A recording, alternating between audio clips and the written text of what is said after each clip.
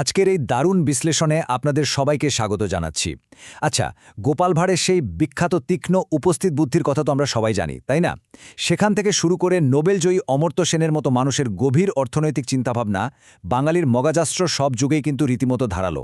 আজ আমরা এমন একটা বিষয়ের একেবারে গভীরে যাব, জানি আমাদের সবারই বেশ কৌতূহল আছে। চলুন কোনো রাগঢাক না রেখে সোজা মূল আলোচনায় ঢুকে পড়ি এবং এই মেধার পেছনের আসল রহস্যটা একটু বোঝার চেষ্টা করি। এই প্রশ্নটাই কিন্তু আমাদের আজকের আলোচনার মূল ভিত্তি। সাধারণ একটা ধারণা আছে যে এই সংস্কৃতিটা বোধহয় খুব বেশি আবেগপ্রবণ। অনেকেই ভাবেন আমরা বুঝি শুধুই ইমোশন নিয়ে চলি, কিন্তু আসলেই কি তাই?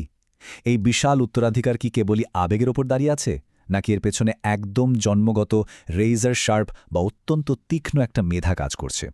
আজ আমরা এই গতানুগতিক ধারণার বাইরে গিয়ে সত্যিকারের লজিকটা খুঁজব। ইতিহাসের পাতা থেকে দারুণ একটা লাইন ধার করে বলি, what Bengal thinks today, India thinks tomorrow. অর্থাৎ বাংলা আজ যা ভাবে, ভারত ভাবে আগামীকাল। সত্যি বলছি, এটা শুধু সাধারণ কোনো কথা নয়, এর পেছনে বিশাল একটা ঐতিহাসিক ওজন লুকিয়ে আছে। এই একটা বাক্যই কিন্তু খুব স্পষ্টভাবে বুঝিয়ে দেয় এই অঞ্চলের মানুষের চিন্তাধারা আর বুদ্ধিবৃদ্ধিক প্রভাব ঐতিহাসিকভাবে কতটা শক্তিশালী ছিল। তো চলুন এই পুরো বিষয়টা আমরা খুব সুন্দর করে 4টা ভাগে ভাগ করে নিই। 1. যুক্তির শিকড়। 2. বৈজ্ঞানিক সূক্ষ্মতা। 3. বহুমুখী প্রতিভার শক্তি এবং 4. বিশ্বজুড়ে এর পদচিহ্ন। প্রথমেই আসা যাক আমাদের 1 নম্বর পয়েন্টে, যুক্তির শিকড়। চলুন দেখি এই নিখুঁত লজিকের শুরুটা আসলে কোথায় হয়েছিল। সবচেয়ে চমকপ্রদ ব্যাপার কি জানেন?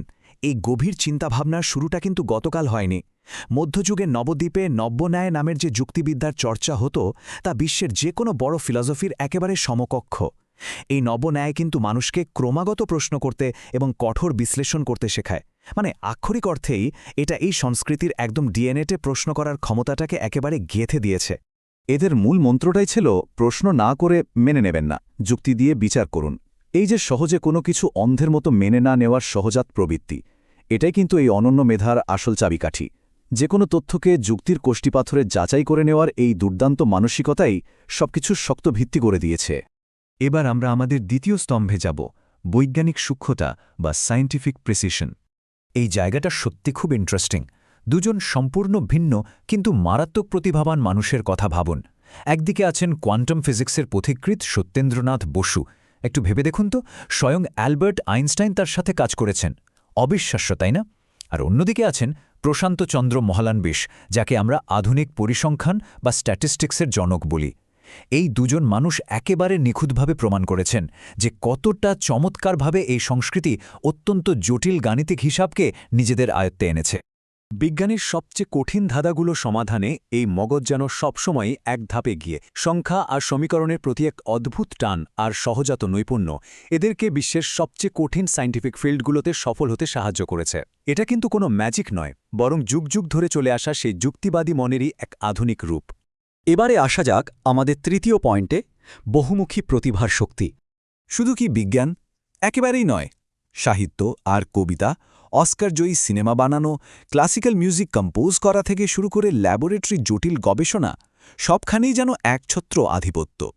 রবীন্দ্রনাথ ঠাকুর কিংবা সত্যজিৎ রায়ের মতো আইকনদের কথা ভাবলেই বোঝা যায় এটা শুধু একটা নির্দিষ্ট বিষয়ে আটকে থাকার গল্প নয়, বরং সব ক্ষেত্রে নিজেদের শ্রেষ্ঠত্ব প্রমাণের এক অদম্য ক্ষমতা।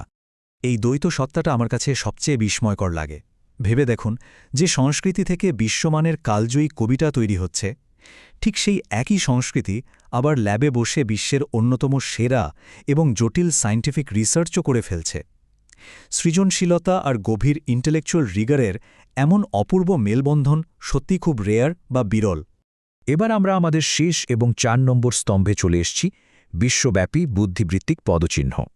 আজকের দিনে গ্লোবাল ম্যাপের দিকে তাকালেই ব্যাপারটা পানির মতো পরিষ্কার হয়ে যায়।